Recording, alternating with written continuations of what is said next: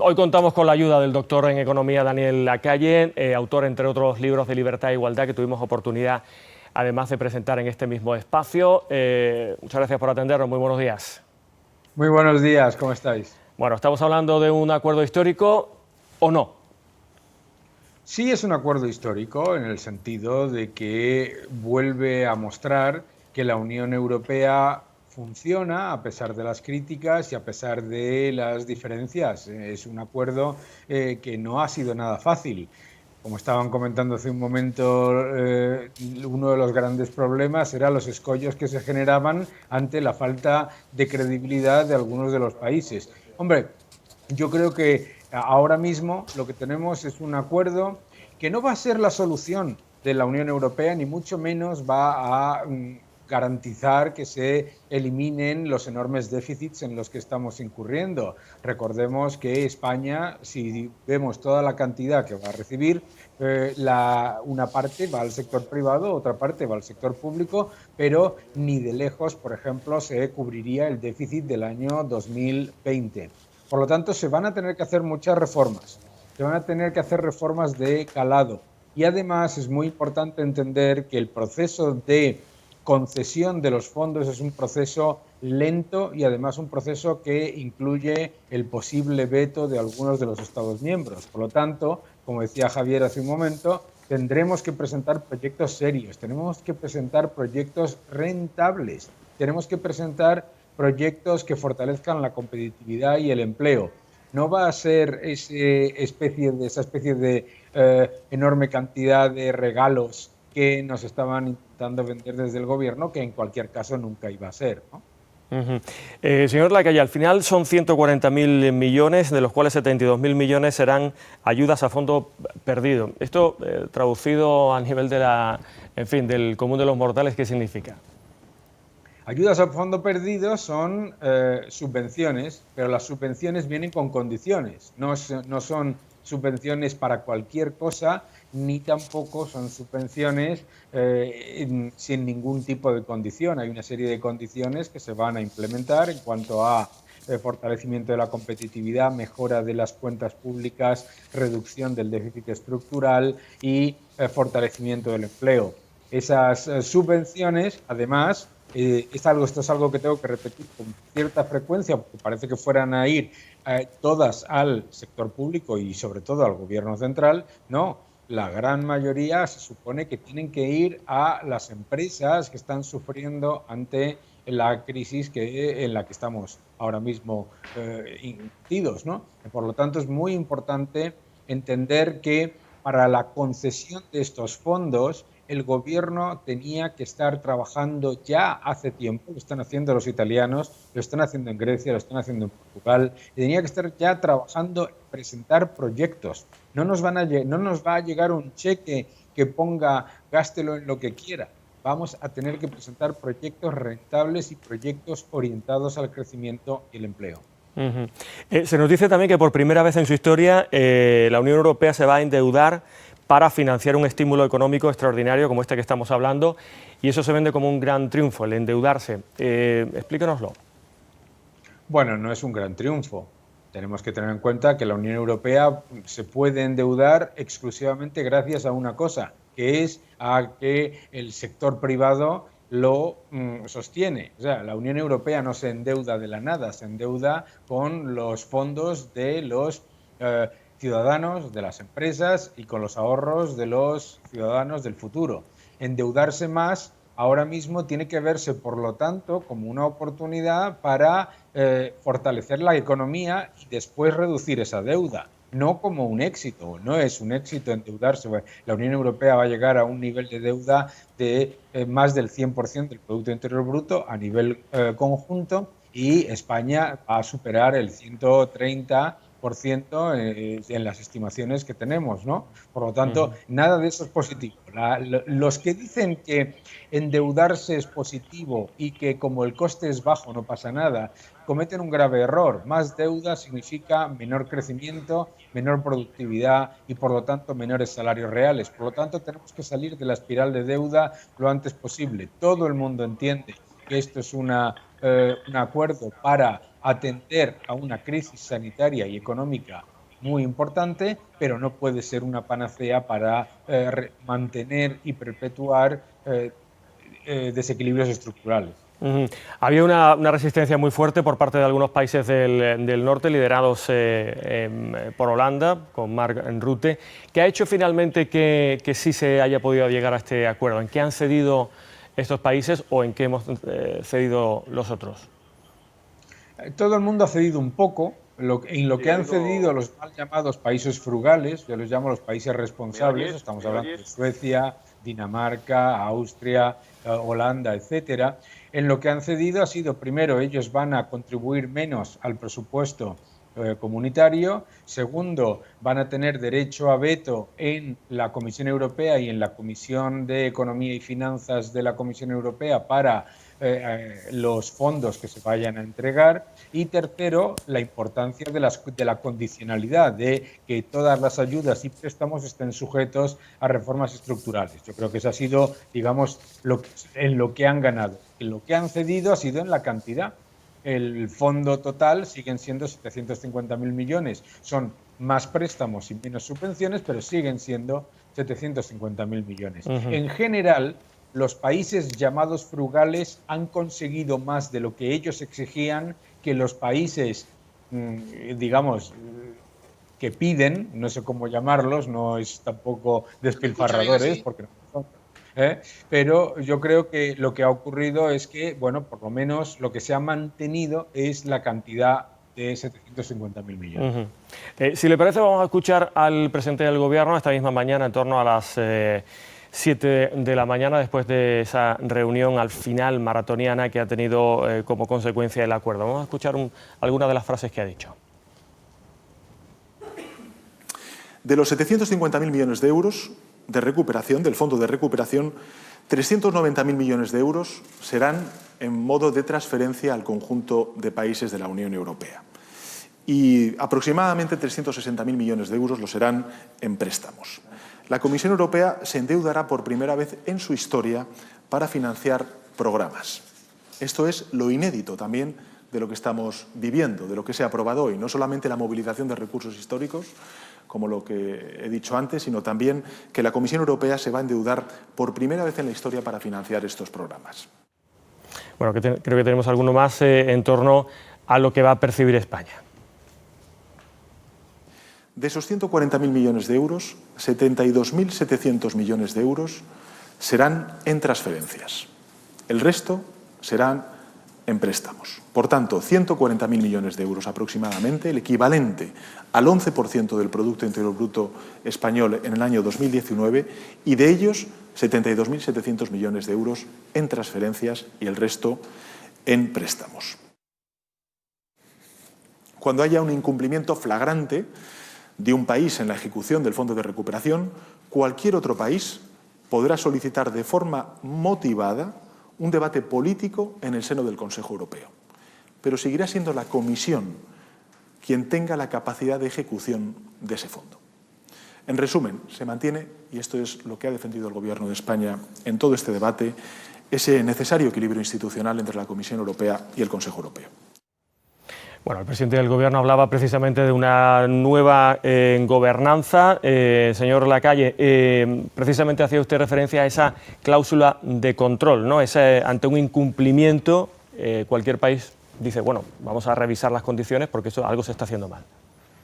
Claro, es que, bueno, a nadie le gusta ya hablar de derecho de veto y es lo que está intentando suavizarse constantemente en el debate, pero si lo vemos es exactamente eso. O sea, ante la idea de que uno de los Estados miembros perciba que las ayudas se van a utilizar en cosas que no deberían utilizarse, lo que haría sería poner una cláusula inmediata y una reclamación a la Comisión Europea, y sería el Comité de Economía y Finanzas el que decidiría si esas ayudas se van a dar o no. Por lo tanto, podemos llamarlo como quiera el presidente del Gobierno o como quiera el otro, es en sí mismo un derecho de veto, es decir, es poner una parada o una decisión por parte de algunos países de bloquear unos fondos si consideran que no se está cumpliendo el objetivo para el que esos fondos se han destinado. Es que creo que es bien evidente. Pedro Sánchez ha hablado de un plan Marshall. Toda esta cantidad de dinero que va a llegar, que se supone que va a llegar, habrá que gestionarlo, y en esa gestión es donde va a estar, digamos, el detalle y lo importante. Para las personas que nos puedan estar viendo, ¿hay un antes y un después de este acuerdo? No, tampoco hay que verlo de esa manera y tampoco hay que ser tan maximalistas. Es un acuerdo importante, es un acuerdo positivo, pero no es ninguna panacea, ni mucho menos un plan Marshall, porque no hay Marshall detrás. Estamos endeudando a la Unión Europea para atender a una crisis.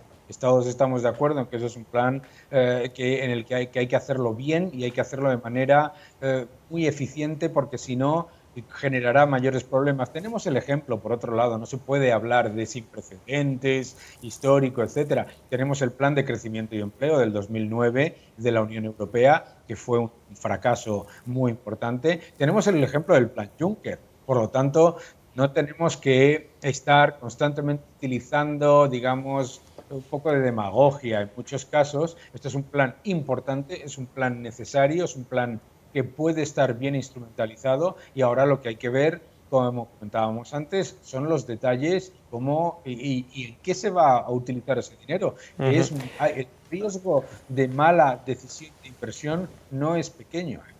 A nivel interno, ¿cómo va a condicionar este acuerdo y sobre todo esas cláusulas de control al gobierno de coalición que tenemos en España? Por ejemplo, la reforma laboral que se firmó hace poco en el Congreso. Es decir, Bildu y el resto de fuerzas que firmaron ese acuerdo puede estar diciendo no se va a hacer la reforma laboral, se va a esperar. En fin, ¿cómo nos va a condicionar en la política interna este acuerdo en Europa? La condicionalidad, por un lado, está orientada a reformas estructurales.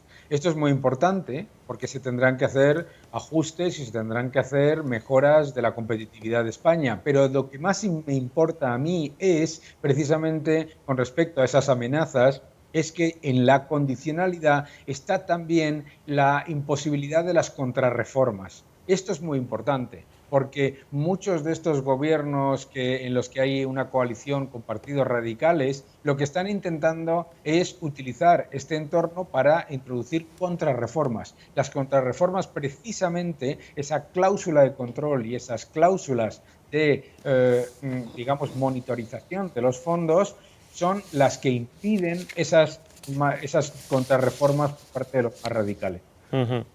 Bueno, están con nosotros, como sabe, Carlos Navarro y Javier Algarra, que también tienen algún comentario o alguna pregunta que hacerle. Javier, empezamos por ti, si te parece. Sí, don Daniel, muy buenos días.